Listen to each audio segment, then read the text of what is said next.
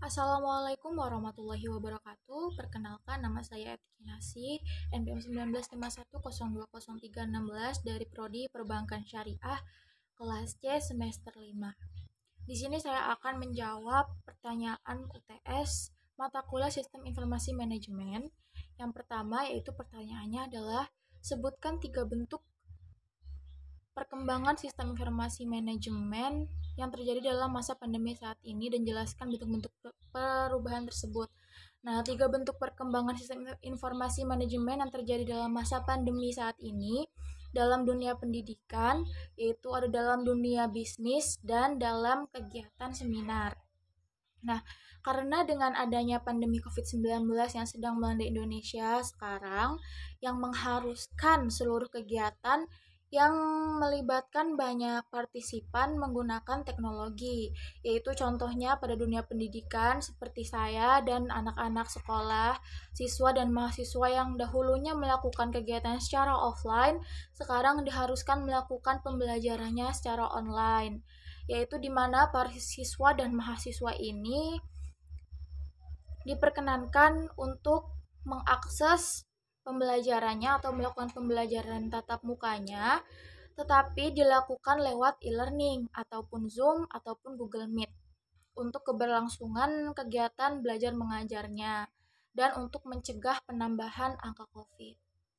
Nah, yang selanjutnya ada pada dunia bisnis sekarang sudah dikembangkan melalui e-bisnis ataupun e-commerce yang sebenarnya e-commerce sudah ada sebelum pandemi yang akan tetapi yang pastinya sekarang para pedagang yang berjualan offline di pasar ataupun di offline store akan beralih ke e-bisnis karena jika dilihat dari kondisi sekarang pasar dan offline store ditutup dan e-bisnis adalah cara yang efektif untuk tetap dilaksanakan karena e-bisnis merupakan salah satu wadah atau aplikasi yang bisa digunakan oleh para pedagang.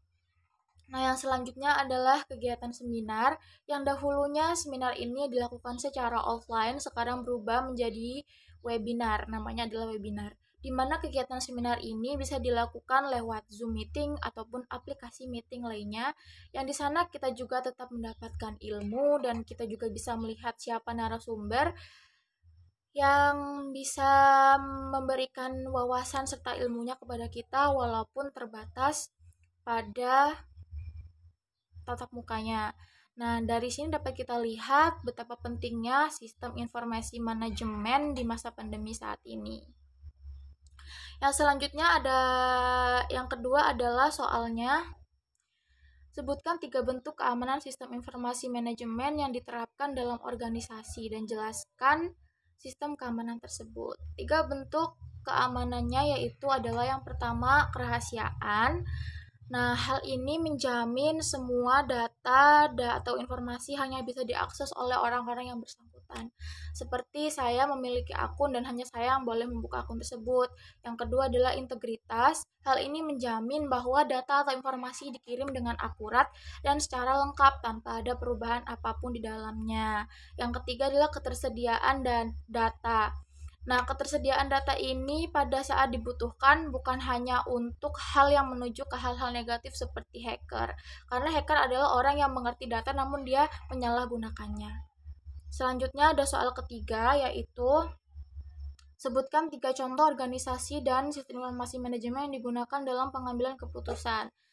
Nah, bisnis itu kan dibutuhkan sistem informasi manajemen karena dalam mengelola suatu bisnis diperlukannya informasi untuk mengambil keputusan bagaimana baiknya hal ini akan berlanjut. Nah, perusahaan membutuhkan sistem informasi manajemen lewat manajerialnya karena sebuah perusahaan yang memiliki kinerja yang baik harus memiliki pertimbangan atas informasi yang didapatkan untuk mengambil keputusan yang akan berdampak pada perusahaannya. Nah, dalam sumber daya manusianya atau tenaga kerjanya, pastinya sebuah perusahaan harus memiliki tenaga kerja yang unggul dan kompetitif dan yang baik agar perusahaan tersebut tidak mengalami kerugian baik dari segi pendapatan ataupun reputasi karena informasi manajemen sangat dibutuhkan untuk pengambilan keputusan di sini. Yang ketiga ada Yang ketiga ada keputusan dalam memanajerial suatu perusahaan, yaitu manajer harus baik-baik dalam mengambil keputusan untuk keberlangsungan perusahaannya ini. Yang selanjutnya ada soal keempat, yaitu soalnya adalah jabarkan 3 hambatan dari pihak internal dan eksternal organisasi dalam penerapan sistem informasi berbasis komputer. Yang pertama, hambatannya adalah karena komputer harus bersandingan dengan listrik dan yang lainnya, yang pastinya pihak yang bersangkutan harus mempersiapkan kelistrikan agar tidak terjadi error ataupun hal yang tidak diinginkan dalam pelaksanaannya. Nah, yang kedua, karena sistem informasi berbasis komputer adalah buatan manusia, maka bisa dipastikan segalanya tidak bisa berjalan mulus dan rawan terjadi keeroran.